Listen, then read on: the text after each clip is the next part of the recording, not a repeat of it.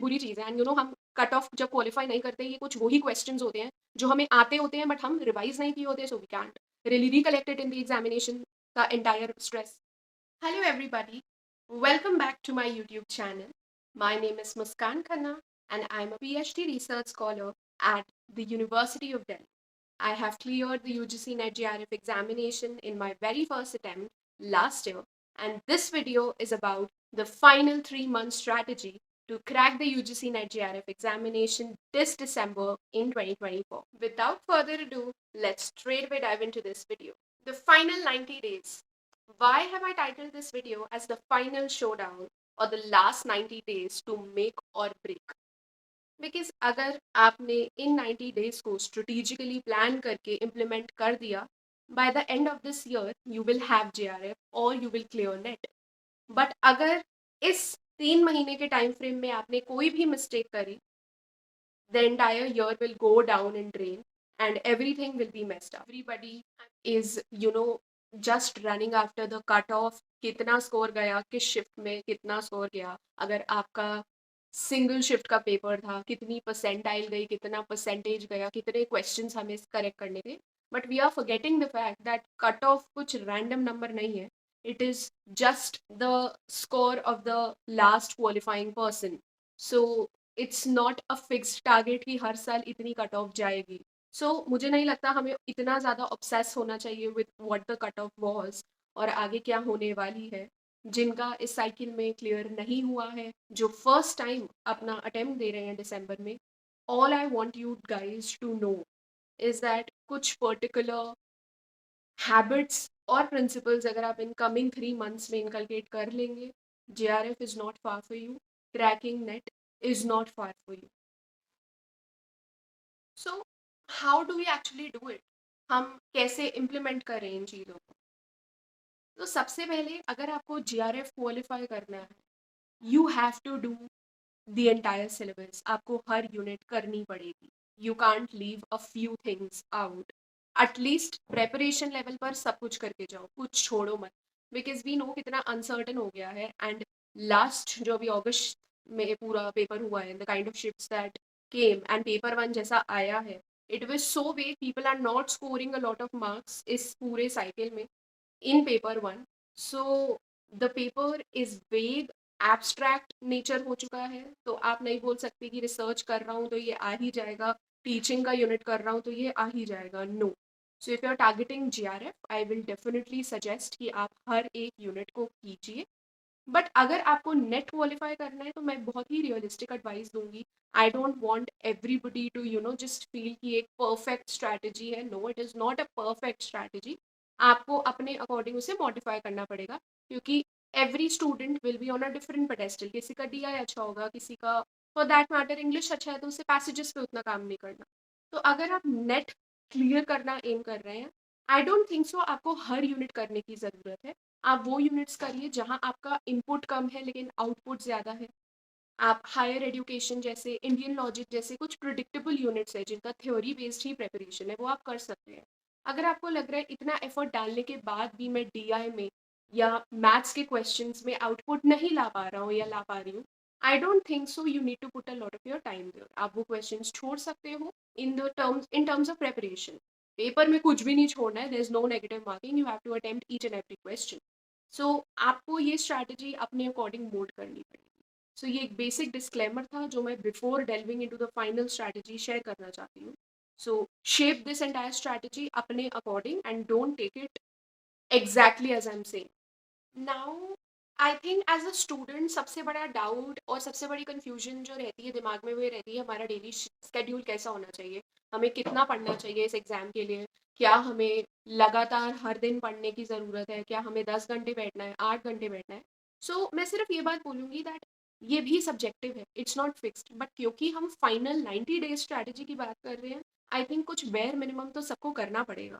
So the first thing that I feel is अपनी strategy रोज सुबह उठ के बनाने से बेटर है when you are dozing off. आप सो रहे हैं, just before just going off to sleep decide कर लो मुझे अगले दिन क्या पढ़ना है. That is how I use to study. कि मैं डिसाइड कर लेती थी, ओके मुझे ये टॉपिक पेपर 2 से पढ़ना है, ये यूनिट मुझे पेपर 1 से रिवाइज करनी है, I have to do like 20 PYQs, and मैं ये लिख लेती थी टारगेट, एंड अगले दिन as soon as you wake up आप इसे इम्प्लीमेंट करना स्टार्ट कर देते हो। अब चाहे उसके लिए आपको 5 घंटे पढ़ना पड़े, 2 घंटे पढ़ना पड़े, 10 घंटे पढ़ना पड़े, आपको अपना शेड्यूल कंप्लीट करना है। सो ये फाइनल 90 डेज में don't take any day for granted, but obviously आप ब्रेक ले सकते हो, आप वीक में एक दिन ऑफ ले सकते हो इफ यू फील आपकी प्रेपरेशन ऑन ट्रैक चल रही है। But one first and foremost suggestion is plan your day well and plan it prior to that day. रात को ये प्लान कर लीजिए। Now what I feel we must talk about is that ये ही वो पीरियड है जब आपको थाउजेंड्स ऑफ स्ट्रैटेजीज वीडियोस दिखेंगी, ऐसे प्रिपेयर कर लो, वैसे प्रिपेयर कर लो, new mock test series launch करेंगे, so many coaching institutes will launch it, and so many free mocks will also happen. But ये क्वेश्चंस इतने वेग होते हैं, और ये मैं पर्सनल एक्सपीरियंस से बता रही हूँ, one of the very closest friends of mind, they were scoring so bad in these मॉक्स, and उनका जो कॉन्फिडेंस था वो बहुत लो हो चुका था, बिकॉज ये इतने डिल्यूजनल मॉक्स बनाए जाते हैं, पेपर से बिल्कुल सिंक में नहीं होते, एंड जब आप ये पेपर्स कर रहे होते हो जो आपकी ऑलरेडी नॉलेज है, आप उसको ही डाउट करने लग जाते हो, और आप नई नई चीज़ें करने की सोचते हो क्योंकि आपके मार्क्स नहीं आते इन पेपर्स में। बट आई थिंक सो ये सबसे बड़ी मिस्टेक है, एंड मैंने कोई मॉक टेस्ट नहीं किया था। Without any mock test I clear JRF। My only mocks were PYQs, because उससे अथेंटिक, उससे क्रेडिबल सोर्स क्या हो सकता है, अनलेस एंड अनटिल आपके सब्जेक्ट में कोई ऐसी टेस्ट सीरीज आ रही है जो एक्चुअली रेप्लिकेट कर पा रहा है NTA का पैटर्न, तब जाकर आपको उनके क्वेश्चंस करने चाहिए। इस समय कंपाइलेशंस रिलीज होंगी, लास्ट मिनट रिविजन PDFs निकलती हैं, करंट अफेयर्स के लिए निकलता है, एजुकेशन की मैराथन वीडियोस, लॉजिक की मैराथन वीडियोस। मुझे नहीं लगता आपको ये सब करना चाहिए। आपने जिससे अभी तक पढ़ाई करी है उसको ही फॉलो करो, और अगर अब आप न्यू स्टार्ट करने की सोच रहे हो, pick one source and stick to that source. हर दिन नई वीडियोस करने का कोई सेंस नहीं है इस पूरे प्रेपरेशन में, बिकॉज आपको आगे जाके रिसर्च करनी है, बेस्ट सोर्स कौन सा है ये ढूंढना भी अपने में रिसर्च है। एक बारी ये करिए, डेली ये नहीं करना। सेकेंड सजेशन मेरा ये रहेगा that instead of randomly doing PYQs किसी भी टाइम में ड्यूरिंग द डे, क्यों ना हम बेस्ड ऑन मॉर्निंग शिफ्ट या फिर अगर आपकी आफ्टरनून शिफ्ट है उसके अकॉर्डिंग किए। आई मीन 9:30 बजे आपको पता है आपका एग्जाम होगा, तो क्यों ना आप वो 20 क्वेश्चन रोज सुबह उठकर उन PYQs से ही अपना डे स्टार्ट कर लें। और इफ़ यू फील लाइक कि ठीक है मैं मॉर्निंग में उठ के क्वेश्चन सीधा सॉल्व नहीं कर सकता, my mind is not that activated, जो कि गलत है क्योंकि एग्जाम आपका 9:30 बजे ही होगा if you get the morning shift. Afternoon में I think it's 3 to 6, so you can do like those 20-25 questions during that period of time as well. So I think doing PYQs and timing PYQs can help stimulate that exam like situation, and क्योंकि आखिरी 3 महीने आप ये कर सकते हैं। Third suggestion मेरा ये रहेगा that as soon as you are done with your syllabus, जैसे ही अब आपको लग रहा है ठीक है 1 महीना, 1.5 महीना, 2 महीने में मैंने एक एक बारी चीजें कवर कर ली हैं, this goes both for paper 1 and paper 2, आपका आधा दिन, और for that matter at least 40% of your day should go into revising that particular thing. So मैं अगर अपना एक्सपीरियंस शेयर करूँ, इतने सारे ऐसे क्वेश्चंस थे, I mean some very basic questions जो मेमोरी बेस्ड क्वेश्चंस थे, और वहाँ बैठ के मुझे पता है यार मैंने ये पढ़ा हुआ है, I have done this really well, but because मैं उसे रिवाइज नहीं कर पाई थी कुछ पास्ट डेज में, I could not recollect it. So ये सबसे बुरी चीज़ है, एंड हम कट ऑफ जब क्वालिफाई नहीं करते, ये कुछ वही क्वेश्चन होते हैं जो हमें आते होते हैं बट हम रिवाइज नहीं किए होते, so we can't really recollected in the examination का एंटायर स्ट्रेस। सो अपना आधा दिन रिविजन पे डालिए, एंड कुछ भी न्यू कर रहे हैं ठीक है, आई विल नॉट सजेस्ट कि मत करो बिकॉज ऑब्जेक्टिव पेपर है, जितना ब्रॉड बेस्ड आपका नॉलेज होगा देयर इज अ चांस कि कुछ कुछ MCQs करेक्ट होंगे, but at the same time जो बेसिक है, जो हर बार आने ही है क्वेश्चन, चाहे वो पेपर 1 हो चाहे वो पेपर 2 हो, I don't think so you should skip it. To conclude, आपका एक आइडियल डे कैसा होना चाहिए? आई से एक दिन पहले आप प्लान करके सोइए, एंड उठ के अगर if you feel like you can solve questions, उठ के क्यों ना हम PYQ सॉल्व कर लें, पेपर 1 के लिए भी कर लीजिए, ठीक है 10-15 कर लो, ज़्यादा नहीं कर सकती, 25 ईच कर लो पेपर 1 पेपर 2 के, एंड उसके बाद you can just start preparing. आप पहले अपना मेन पेपर पढ़ना स्टार्ट कर सकते हो, आप 2 आवर्स का एक स्लॉट रख सकते हो, उसके बाद you can take your break, and probably evening में आप पेपर 1 का रिविजन कर सकते हो, एंड देन ट्राई कीजिए कि एटलीस्ट 1 घंटा हम रिविजन के लिए निकाल पाए। एंड मैं तो कहूँगी 1 से 1.5 महीने बाद जब आपका सिलेबस कंप्लीशन हो जाए, तब 50% of your day should go into revision, क्योंकि हमें बहुत ज़्यादा न्यू नॉलेज नहीं एक्वायर करनी, जो ऑलरेडी नॉलेज हमारे पास है we have to build up on that. और वो तभी हो पाएगा जब वो नॉलेज हमारी टिप्स पे आएंगी, एंड हमें उन क्वेश्चंस को गलत नहीं होने देना. So what should be your planning और strategy for the coming 90 days now?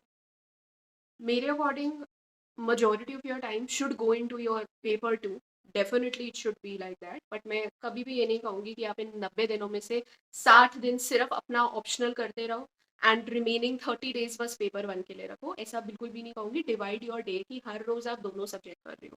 Obviously give like 1-1.5 hour to paper one, and remaining जितना आप टाइम दे पा रहे हो वो अपने पेपर टू को दीजिए. So ideally what I will say is हर यूनिट, सो अगर आपके पास लिटरली जस्ट 40 डेज बचे हैं, सो अगर आप डिवाइड करो अपनी यूनिट्स को उन डेज में, so all I can say is you're not left with a lot of time. बहुत कम दिन है बट ये मैनेजेबल है. You can still crack JRF, because मैंने भी कुछ 3 से 3.5 महीने में ही पूरी प्रेपरेशन की थी. सो ऑब्वियसली इस समय आपको जो ज़रूरी है वो है आप बहुत लॉन्ग वीडियो कोर्सेज नहीं कर सकते हो. तो अगर हम यूनिट्स देखें, आप रिसर्च की देखो, टीचिंग करो, हायर एजुकेशन कंटेंट ज़्यादा है, इनको थोड़ा सा आपको ज़्यादा दिन देने पड़ेंगे. वेयर एज अगर हम DI की बात करें, वेयर एज हम अगर लॉजिकल रीजनिंग की बात करें, या आप एक एक दिन में भी राउंड ऑफ वीडियोस लगाइए और एक एक बार में डायरेक्शन एवरेज कर करके प्रैक्टिस करके खत्म कर सकते हैं. नेक्स्ट डे इनके PYQ सॉल्व कर लीजिए. सो जो थियोरेटिकल यूनिट्स है उनको आपको 4 to 5 डेज देने पड़ेंगे.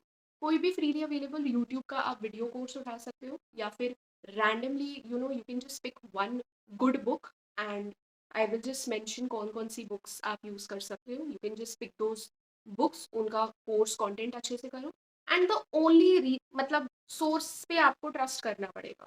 और आप वो कैसे इंश्योर कर सकते हो? एक बारी चीज पढ़िए, अपनी यूनिट खत्म करो, नेक्स्ट डे PYQ सॉल्व कर लो. एंड मुझे नहीं लगता एक अच्छे सोर्स से पढ़ने के बाद और उसके PYQs करने के बाद भी there is something that can stop you from doing pretty well in that unit. So मेरी स्ट्रैटेजी तो बस यही थी कि भाई उसमें से आपने नोट्स बना लिए, पढ़ लिया, अपने शॉर्ट नोट्स रखो रिवाइज करने के लिए जो लास्ट वीक में हेल्प करेंगे. पर डे पर यूनिट आप रख सकते हो, एंड बस आपके पास वो छोटे क्रिस्प नोट्स होने चाहिए जो आप 1 से 2 बार रिवाइज कर सको. यूनिट्स का यही होना चाहिए. DI, logical reasoning, mathematics related questions, इनके लिए कोई थ्योरी कोई बुक्स मत पढ़िए. सीधा टाइप करिए PYQs ऑफ दिस ईयर इस शिफ्ट के. देर आर मेनी एजुकेटर्स जिन्होंने सॉल्व किया होगा. आप वहाँ से क्वेश्चन देख के खुद भी सॉल्व कर सकते हो. मैंने तो in fact I used AI so much. अगर मुझसे सॉल्व नहीं हो रहा था, ChatGPT पे या Gemini पे डाल दो and you can easily do that. So I think so आप इजीली ऐसे कवर कर सकते हो अपना पेपर वन का हर unit. Just give like 4-5 days to it, prepare it, do its PYQs. Paper two obviously subjective है, बट अगेन आई से सबसे कंसाइज सोर्स जो है एंड जिससे आप PYQ सॉल्व कर पा रहे हो उसे उठाइए and just go with it. Now obviously 90 days का जो टर्मिनोलॉजी है ये टेंटेटिव है. वी रियली डोंट नो क्या हमारे पास पूरे 90 दिन हैं, या हो सकता है उससे ज़्यादा भी हो, बट हम कम मान के चलेंगे. सो इंश्योर करना आपकी रिस्पॉन्सिबिलिटी है the day NT announces dates. आपको उससे 10 डेज पहले तक अपना कोर्स, अपना वन रिविजन फिनिश करके रखना है, बिकॉज जो लास्ट के 10 दिन होंगे उसमें हम हर दिन सिर्फ और सिर्फ रिविजन पर फोकस करेंगे. But it is your own responsibility कि जो आपने वो शॉर्ट नोट्स बनाए हैं लास्ट मिनट रिविजन के लिए वो आप यूज़ कर पाओ और वो रिवाइज कर पाओ.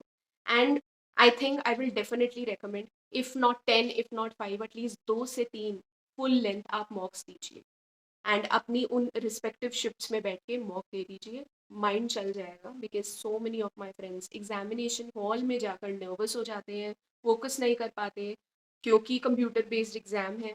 एंड NTA ने तो इतने प्रैक्टिस मॉक्स भी ऑनलाइन अवेलेबल करवाए होते हैं. एंड अगर कोई फ्रीली अवेलेबल मॉक कोई कोचिंग इंस्टीट्यूट भी करा रहा है, आप यूज़ कर सकते हो. 1 से 2 बार ज़रूर करो, because exam like situation curate करना भी बहुत इंपॉर्टेंट है. फाइनली आई से डोंट डाउट योर सेल्फ. पिछला कैसा भी आपका रिजल्ट था उसे भूल जाइए. 1 मार्क से रह रहा हो, 2 क्वेश्चन से रह रहा हो, फर्स्ट अटेम्प्ट भी अगर है, it is very much possible. मैंने भी किया, बट मुझसे बेटर नॉलेज रखने वाले there are so many people जिन्होंने 3 बार दिया, 4 टाइम्स दिया, नहीं हुआ JRF. सो ये पेपर मैं नहीं बोलूँगी लेवल प्लेइंग फील्ड प्रोवाइड करता है, because it is an objective paper. But in a way करता भी है, बिकॉज ये आपका मेंटल सिचुएशन, आप कैसे स्ट्रेस हैंडल कर रहे हो, when you are put under pressure, how are you dealing with situations, वो ज़रूर टेस्ट करता है. So all the very best. Don't doubt yourself. And if you want any specific video for this particular attempt, comment down below, and I'll be very happy to help you all. All the best. Like, share, comment, and subscribe to my channel, and share this video with whoever is preparing. All the best. Bye bye.